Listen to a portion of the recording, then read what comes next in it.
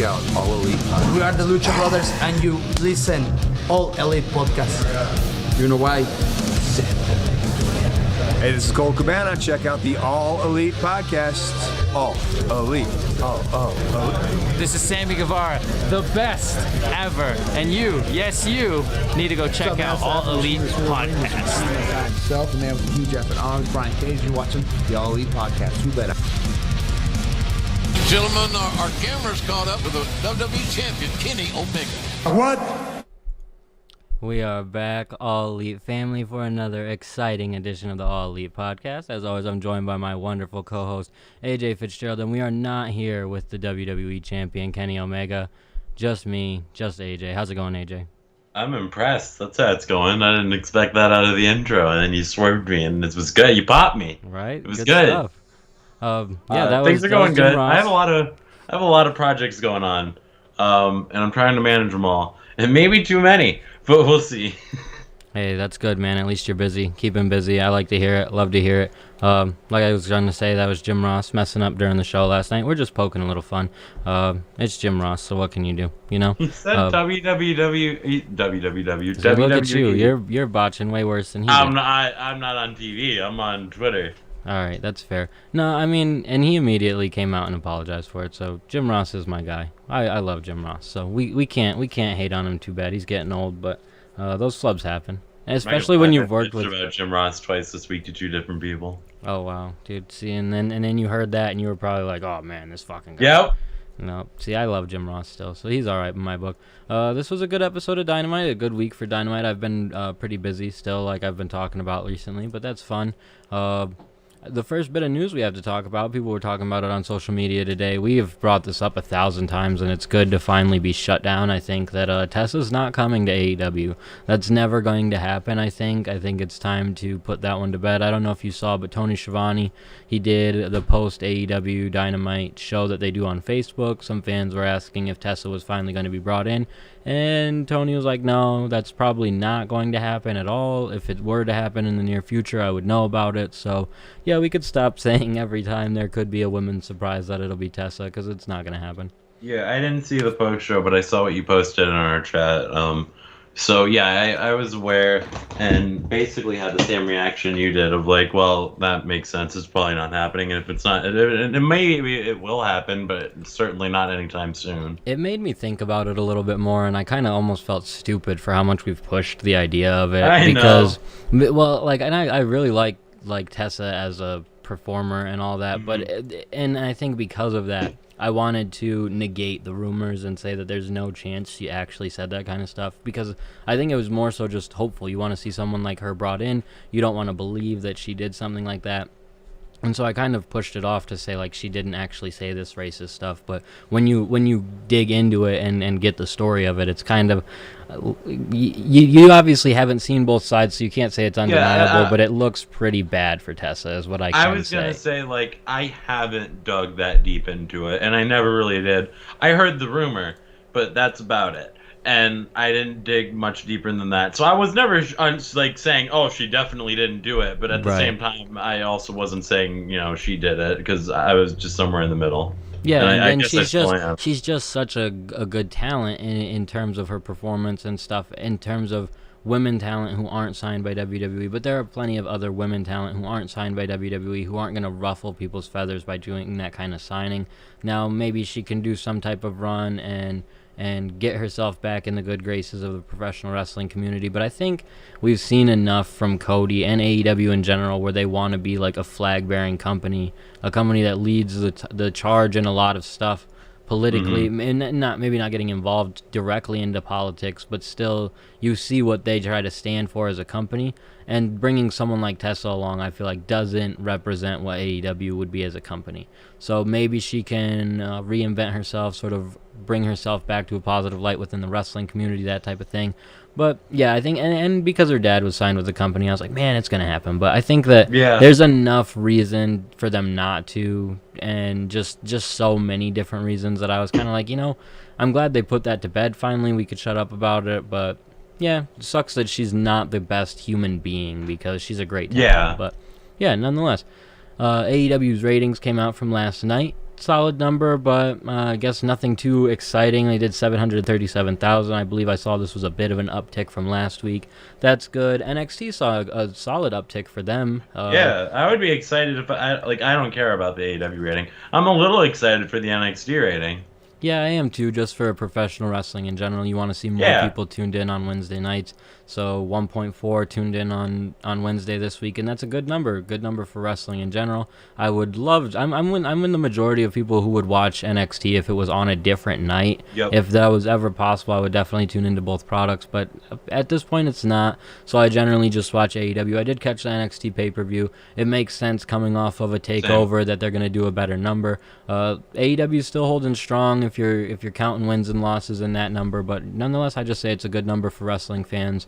Hopefully NXT can keep up that momentum, because from what I did see, it wasn't all that entertaining. I think that AEW does provide just a better product overall in terms of storyline and what you're consuming, but that's coming from a guy who doesn't watch a lot of NXT. So I think overall that's both fair, numbers are going to keep rising. Right. And with AEW getting closer to the pay-per-view, that number is it's not going to go down. So 737 is a solid, 700,000 is a solid base level number to be at, and they'll just continue to grow and expand upon that. So, the show. Let's go ahead and talk about Dynamite. There's really not any other news to get to. Just Dynamite itself, which it's nice, and that makes sense going in off of 2 days since we've done our last show. But Dynamite opens with Hangman Page teaming with Matt Hardy to take on TH2. This match was alright. Matt Hardy picks up the victory with a twist of fate. This comes after Hangman dropped both of TH2 with a buckshot lariat. That was pretty sweet. Matt tags himself in, picks up the victory. The match itself was okay. The post-match was obviously the more entertaining portion, where they're setting up a match between Matt and Hangman. This was not what I saw coming from this contract. No, me neither. What did you think of all this? My first thought, honestly, was I don't know how much I want to see Hangman versus Matt Hardy. But I'm not saying it'll be bad. That was just honest to God my first thought is I don't know if I'm interested in this, because there's been very little build for it. Matt Hardy let him use his dressing room, then he tried to swindle him, but then he was swindled because Hangman always has a set of papers because of the Dark Order, and now the only thing I really liked about this was the Dark Order came out to save him. I like that. I liked Hangman's line where he referenced, it was a callback to what Brody had said on on being the Elite in the past about always have a second set of papers in your jacket. I thought that was because at first I thought it was goofy that he just had another contract on him. But what a good way to play it off, you know what I mean, and to make it make sense and to tie it into the whole Dark Order thing. I thought that was great. I think that it was I don't know what they could have done in that situation. What other type of contract would Hangman convince Matt to sign? So in that aspect, I get it. But the whole money match thing, I like that they're establishing this, but it's hard to grasp initially. I think over time, as they set more precedents for money to be involved in AEW storylines, because you don't see it a lot in WWE storylines. It's more of an old school thing where wrestlers are wrestling for bags of money or an extra sum of money. So it is something that can make sense, and I'm glad that they're instituting it, but it's very hard to take too seriously right now. One of them's going to win an amount of one of their quarterly earnings, which is cool, and they played up the action figure thing, so they played up the amount of money that can be made with it. Matt is obviously Money Matt right now, so I get what they're doing with it. It's going to take time to really resonate these type of stories, and I think Matt and Hangman are a good duo to make that make sense.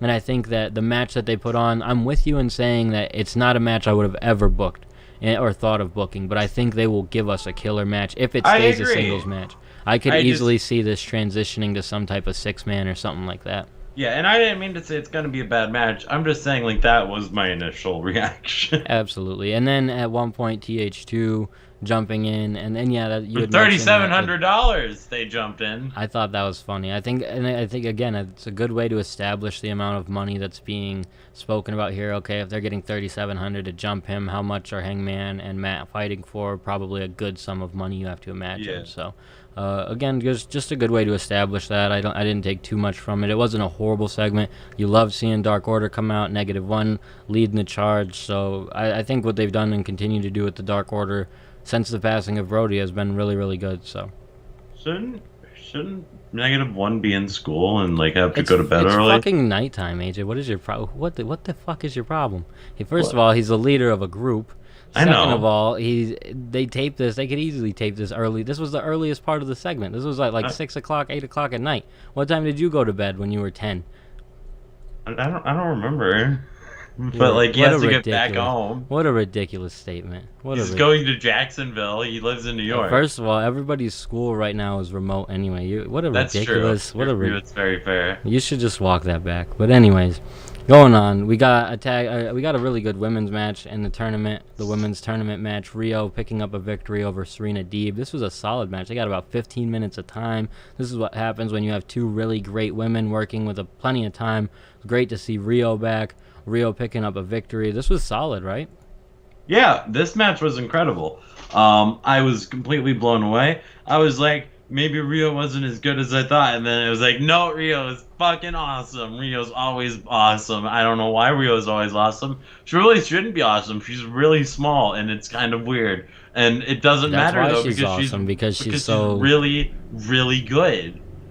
She's really good. And Serena Deeb was also really fucking good. They were both amazing. They both were on their A game tonight. That's what happened, or last night. That's what happened. They were both at just some kind of magical peak where they both wrestled their finest. In terms of actual match quality or wrestling quality, I guess you might say, these two are kind of the tip, the cream of the crop in AEW. You'd say Hikaru Shida definitely fits in there as well, but there's only so many that are really, really great talent in terms of just having great matches. And Serena Deeb and Rio kind of are the tip of the crop right there with, like I said, Hikaru Shida. And then there's a next level underneath that where you get the Britt Bakers and others involved. Mm-hmm. But those two are two of the best women wrestlers on the roster, so I'm not surprised that they had a great match. And again, I could see Rio not winning this tournament and them running back this match for the NWA title, because then you have two really good women's matches for the pay-per-view. This could easily be a fantastic pre-show pay-per-view title match. If I'm booking the pay-per-view, that's what I'm doing based off of this right here. So yeah. No, I kind of agree. Because, well, I mean, I wouldn't mind if Rio won, though. I'm not saying I would be upset, but no, I like that idea more. Yeah.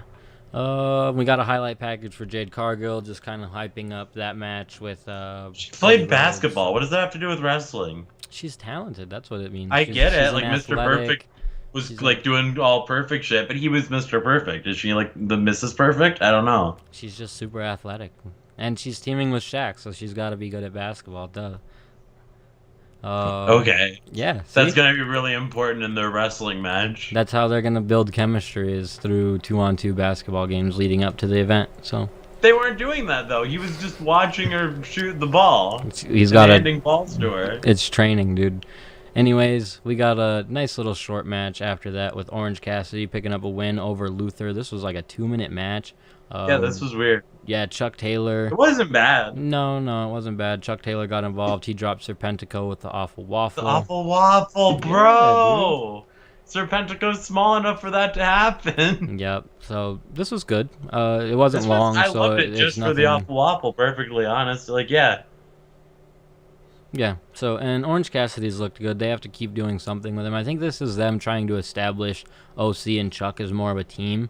I think we'll probably see them team up against Luther and Serpentico down the line.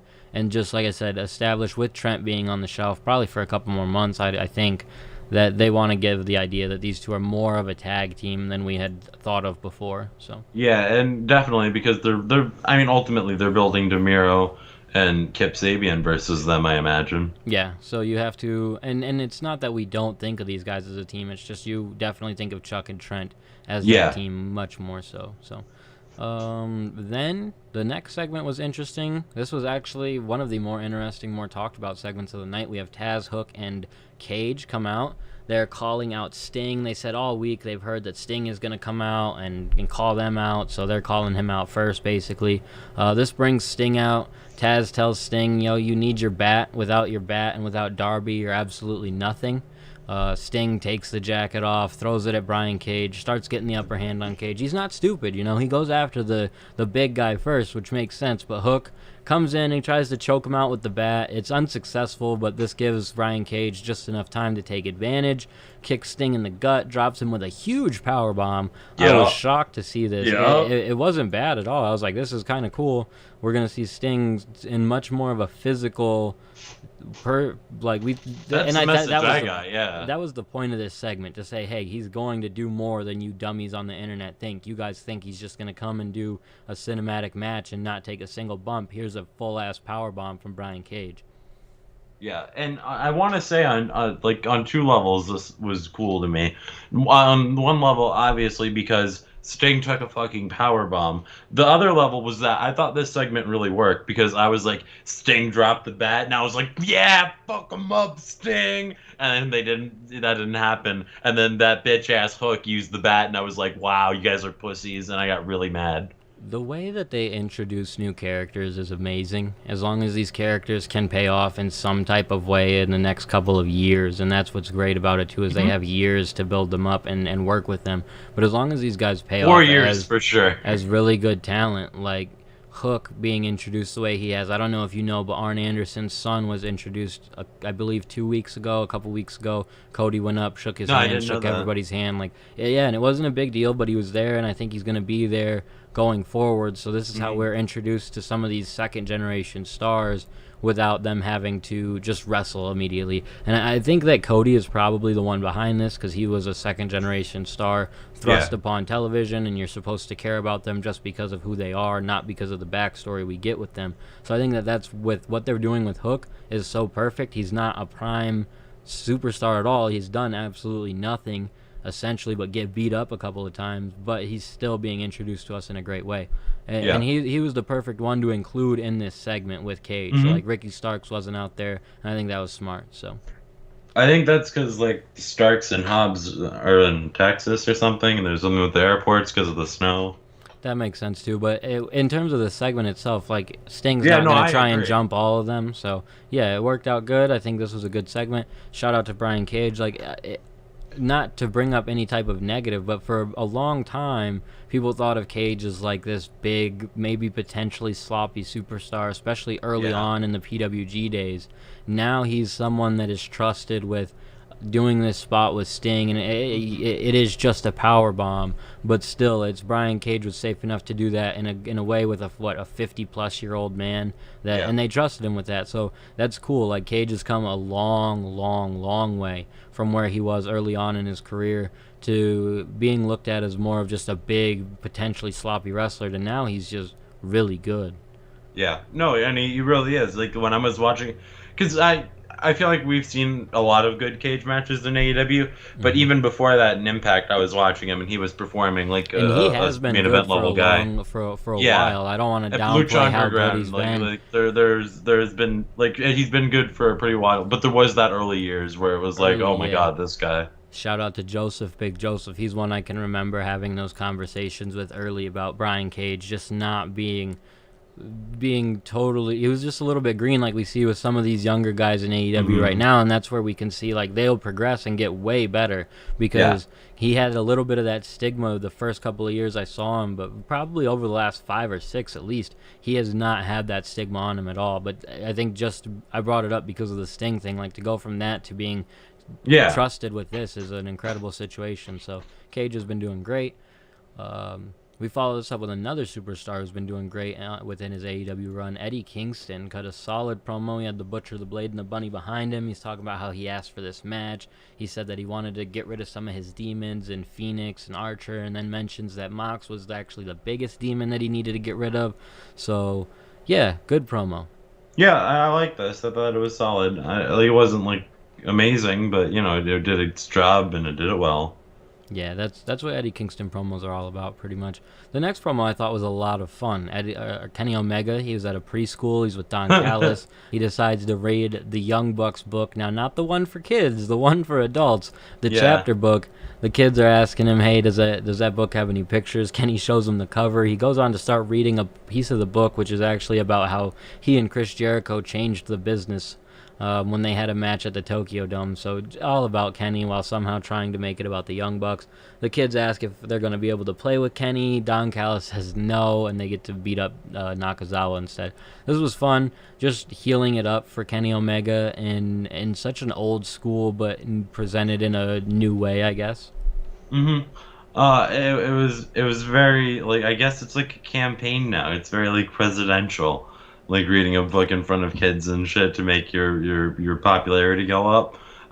So I guess that's the gimmick here, which I don't hate, to be honest. I just hope it's not gonna be like full on, like, politic guy like MJF was. Yeah, I agree with that 100%. I think that this is just more so like a bad guy doing stuff that good guys should do type of thing. Like, oh, I'm gonna go to the school and hang out with the kids, but I'm not gonna do the whole shtick with it. So I get what you're saying with the presidential thing, and I get that as well. It's very campaign like, but him being a heel is just so much fun because it's not the traditional. Yeah, it is very smarmy, different every time. scared. So I shouldn't think that like he was golfing the week before, right? And he's just not the same schmarmy, scared wrestler. You know, he's like a kind of like a cool badass who still can kick someone's ass, but at the same time is just a douchebag now. Yeah. And has kind of earned the right to be throughout what he's been in. So they finally had a tag team title match. The Young Bucks retained the tag team titles over Proud and Powerful. This was a tough one. They went off a roll-up finish, so you could tell they're trying to protect Proud and Powerful a little bit. The thing about the roll-up finishes is I don't think anyone will ever like them. Maybe. I liked it in the women's match. But other than that, no. Yeah, and that's what I was going to say. Maybe for, like, baby faces you want to see win. And the Young Bucks aren't even necessarily baby face or heels that you want to see win or lose. Just when you want to see a great match, and it's tough because you're right, in the women's match, a roll-up victory was fine, but we've seen it a lot. And I love that they established them. I'm not trying to complain about the roll-ups at all. I just am going to say, like, those matches will be tough to be fantastic knockout matches, even though they had so much great talent involved in this one. Yeah, it can hurt the finish sometimes. I think it just depended on how you do it, honestly. And in this instance, he just kind of went into the ring and got rolled up, and it's like, really, that's it.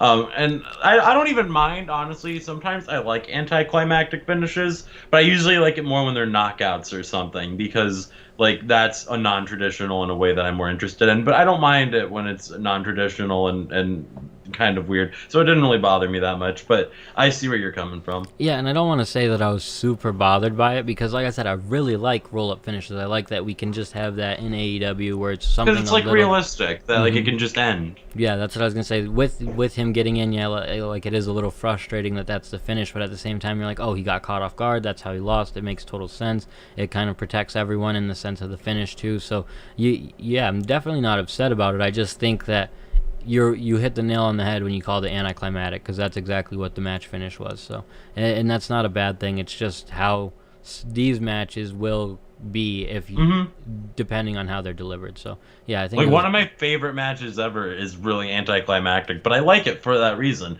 and it was a really long match too, so that helped. But I'm just saying. No, and you're right. And with that point, the anticlimactic finish was immediately followed up with the Inner Circle attacking the Young Bucks. They're beating them down for a good while before we cut backstage. We see the Good Brothers with Kenny Omega. People are like, are they going to make the save? Are they going to do anything? Yada, yada, yada. Finally, the Good Brothers make the save, but it took a minute for that. Yeah, they were watching him. They were watching them get the shit kicked out of them for like a solid minute, maybe more. Yes, and then finally, like I said, the Good Brothers make the save. They protect the Young Bucks a little bit, but that's not before Jericho and MJF can get into the faces of the Papa Buck and Mama Buck. The Young Bucks' parents were there. You knew something was going to happen, so I don't know what this is going to lead to. Maybe, I don't know. MJF said they're going to pay for it, so I imagine next week something's going to happen to them. Yeah, I would agree. I don't really have anything to add. I thought it was fine. I thought it was cool. I thought the Good Brothers coming out late was really the takeaway interesting part for me.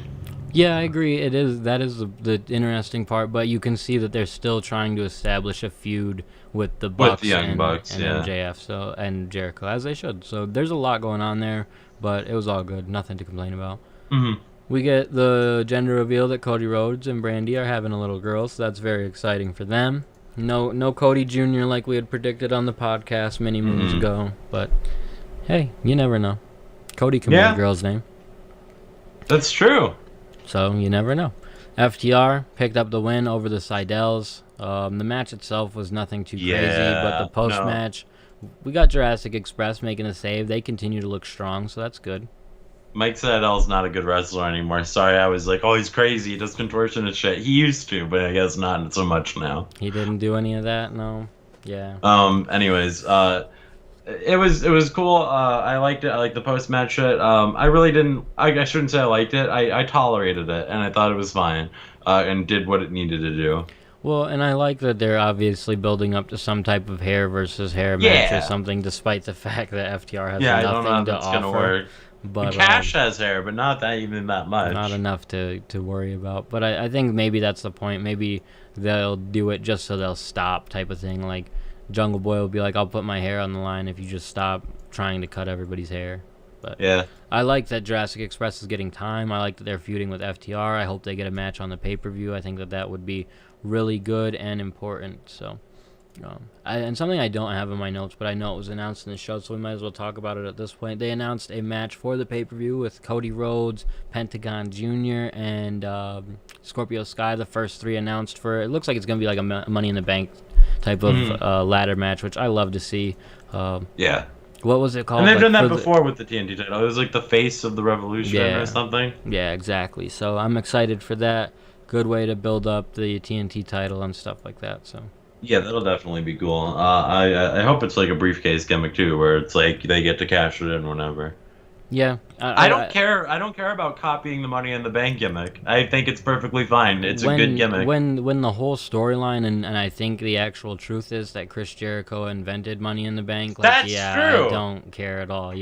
So from that perspective, even think of that. They have that just kind of in their back pocket where it's like, well, yeah, but this guy is the one who came up with the whole idea for it. So, yeah, I think that it's a great type of match to use, and I love that they're doing it. So, I don't think you have to add anything extra to it. So even New Japan steals Money in the Bank, just not with the ladder match. Well, and the thing is, I really don't feel like it's stealing. I feel like they're just utilizing match types that they have some type of claim to or don't see. No, you're right. I'm just saying, like, even companies that don't do that with the briefcase. I agree. I just think that if they wanted to steal match types, like they would do stuff like the Ultimate X. It's like there's so many different. There's so many cool match types you could steal. So. Bro, I'm not clamoring to see the Ultimate X return. Dude, I'm just saying that there's different match types they could steal, and we'll get into match types in a minute. So. We got a nice promo from Moxley, cutting a promo on Omega and Kenta, primarily focusing on Omega. He says that he's going to wait as long as it takes to settle the score, but that time is going to come soon. I'm excited for that. Yeah, that's gonna. I'm really glad that like New Japan is being mentioned here, and like they mentioned it on commentary too. And yeah, I don't want to act like he didn't focus on Kenta at all or the match he has coming up. You could just tell the focus is primarily on what AEW is doing, but you're right. I'm glad that they're giving that anything. So, and it doesn't. It's cool. It's not being shoved down our throat. This is going to be a working relationship in the sense that it'll come and go. It's not going to be every single week there's a New Japan guy because there's a relationship. So that's good too. The main event, Archer, Mox, and Phoenix picking up the win over Butcher Blade and Kingston, as you would expect, but the match itself was fucking awesome. Phoenix was going crazy, as we've seen the last couple of weeks. This guy needs, like, some type of established singles run. They should just do a Phoenix versus Penta feud, like, honestly. Let them split up, establish them both. They can do whatever the fuck they want as long as Rey Phoenix gets to be a singles guy. He is fucking I just fantastic. think it would be very hard. Next level. I think it would be hard to do because they've been established as a team and been teaming for so long. I know. That the best way to do it is to do some type of separation angle rather than, because if not, it's always going to feel like, because shit, they basically are singles. They've been separated without doing much tag team stuff for so long now, but I still don't feel that way about them. But they don't have to do the brother split up angle. I would just like to see that to really give them a good feud. You know that they would have a sweet blow-off match from it. Like it would work so well that I feel like it should be done, even though it's been done with those two. So I don't know if it's necessarily been done with those two. So I didn't really watch Lucha Underground to tell you. Yeah. So, but Phoenix was on fire this match. Archer looked great. Everybody looked great. The finish was pretty sweet with Mox telling Kingston to keep kicking his ass. He gets back fisted. He hits him with the paradigm shift. Like, what a solid finish. What a great Yeah, match. just no soul that tanked it. I was like, oh shit.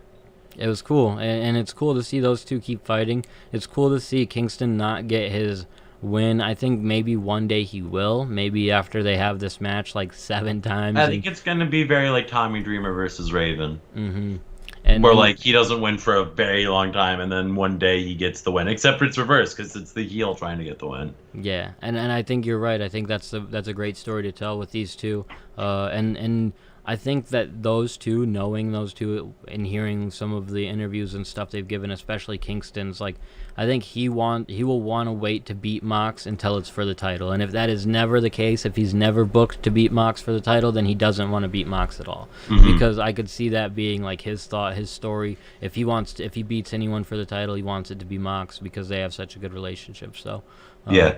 I think that it was a solid match, a really solid match. I love the story that they were able to tell. Okay, Go ahead. I'm just gonna say there was a little bit of like there were a few spots where it was clunky and like some referee shenanigans and like it was a little weird sometimes. But overall, I agree that I like the match. Please go on. I apologize for interrupting you. No, you're good. It's just Phoenix was hot. The match was hot. I get what you're saying, but it was a solid main. My takeaway from this card was like I didn't have huge expectations. Not to say I thought it was going to be a bad Dynamite. Just the card itself, I was like, oh, I don't know what to think of this. The matches that they delivered outside of the finish of the tag title match, and that's not to say I disliked the finish. It was just anticlimactic. I think that they delivered on this whole show with really exciting matches. The Seidel match, not so much, but you know what I'm getting to. Yeah, you know what I'm saying. So, and I think this main kind of solidified that. There were clunky moments, but they were pretty strong overall and gave us an exciting finish to the show. And I'm a Phoenix mark, man, and a Kingston mark. Like I'm a mark for it's hard not to like this match. I'm a Lance Archer mark, Phoenix. Everybody, yeah, you're right. Everybody in this match except for like Butcher and Blade, and I even like them for the ties to the upstate New York thing. So it's like, I love all these guys. So the post match was where it really got exciting because the Good Brothers come in, they attack Jon Moxley.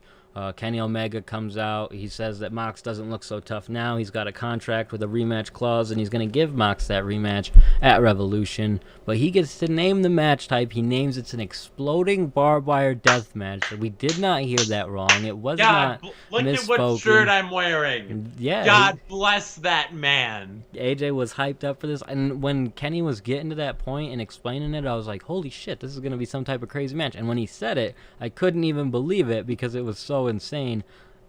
You sold me on the show 100%. And like leading up to it, as he's saying they're going to do a rematch, I'm like, I know who's going to win that. Like Kenny's probably going to win. Until he announced the match, I don't know who the fuck's going to win. I think that for Kenny to beat Mox in that type of match would be kind of insane. I think that they're both probably just going to almost die.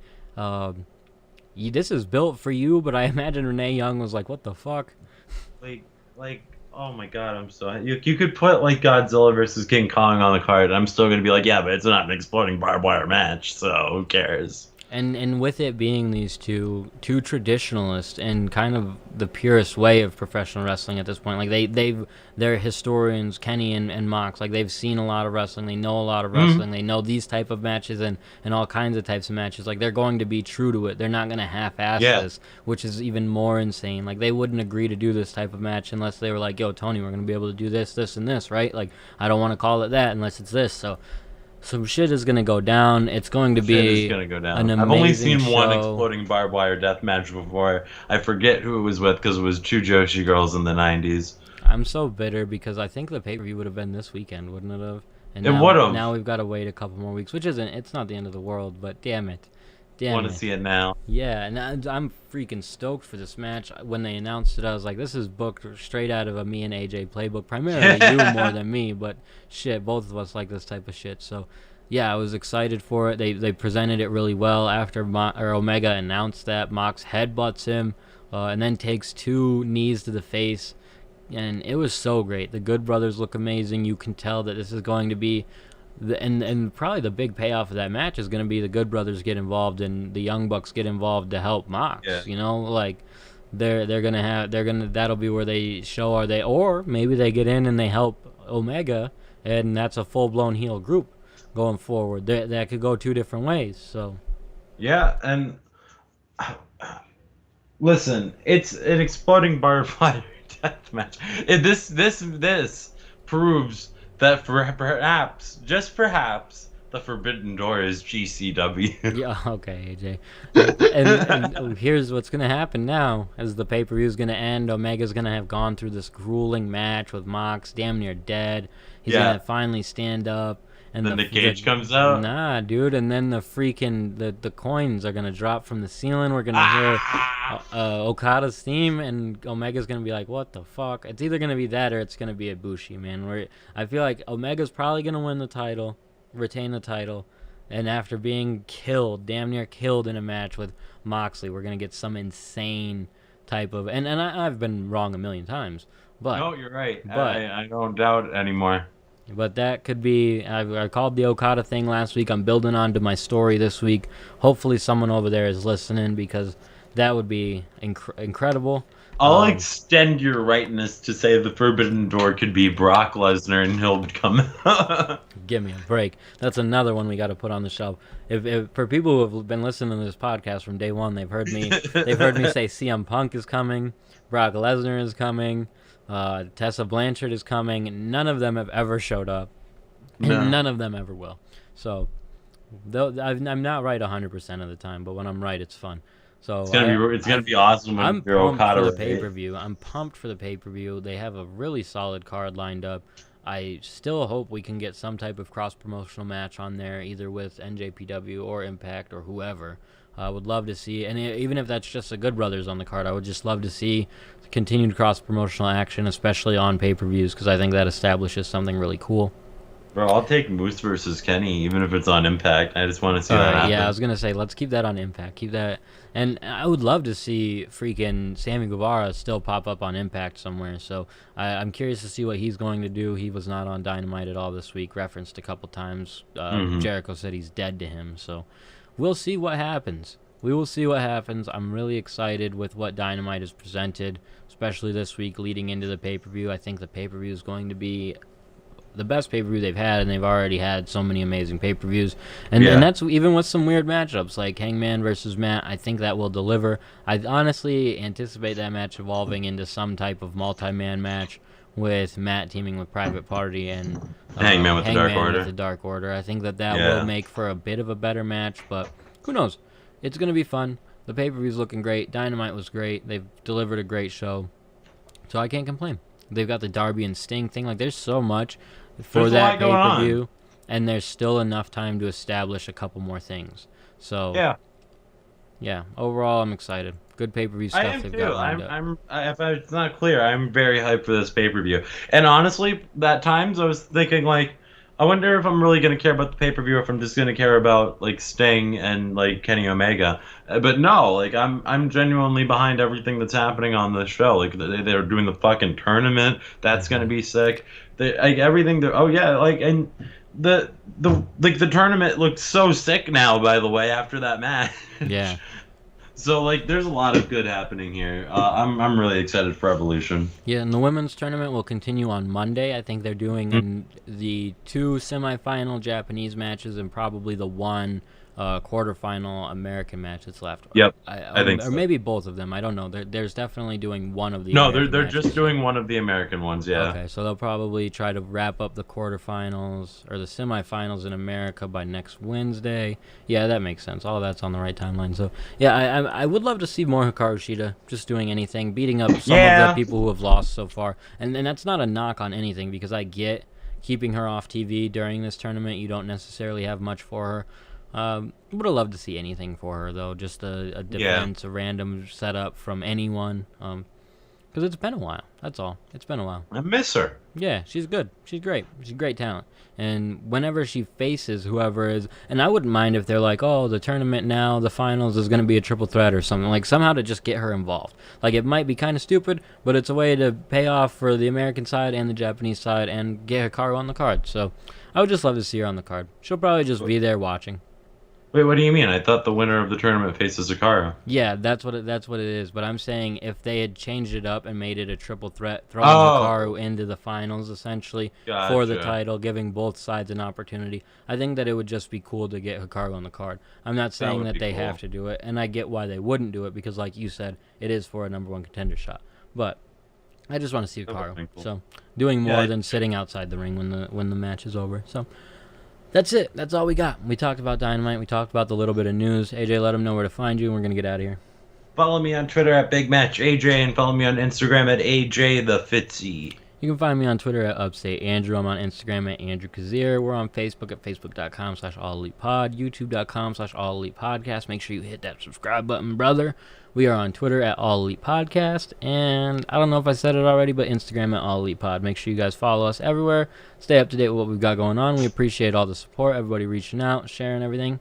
We will be back on Tuesday to discuss Dynamite next week. Until then, see ya. Bye. All I see is Mark's